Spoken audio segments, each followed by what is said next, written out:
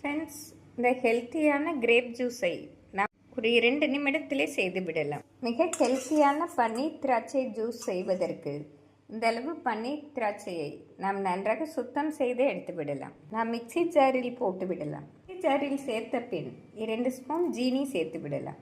நாம் மிக குறைவாகவே ஜீனி சேர்க்கலாம்.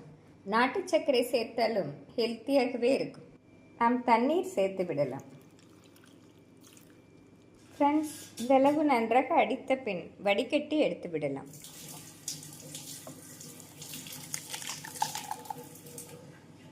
நாம் வடிகட்டிய பின் நன்றாக மேஷ் செய்து விடலாம்.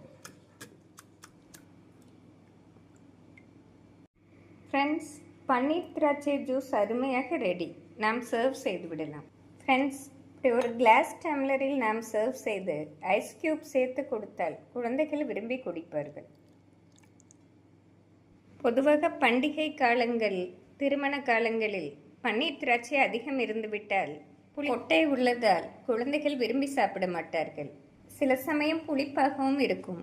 இப்படி ஜீனியோ நாட்டு சர்க்கரையோ போட்டு அடித்து குடித்தால் விரும்பி குடிப்பார்கள். ஃப்ரெண்ட்ஸ், இந்த ஆரோக்கியமான பன்னீர் திராட்சை ஜூஸை நாம் வாரம் 2 முறை குடித்து வந்தோம் என்றால் வயிற்று உபாதைகள் வரவே வராது. பெண்களுக்கு கர்ப்பப்பை சம்பந்தமான வியாதிகளுக்கு இந்த பன்னீர் திராட்சை மிக சிறந்த மருந்தாகும். இந்த ஆரோக்கியமான பன்னீர் திராட்சை ஜூஸை செய்து பார்த்து எப்படி இருக்கிறது என்று கூறுங்கள். Thank you friends.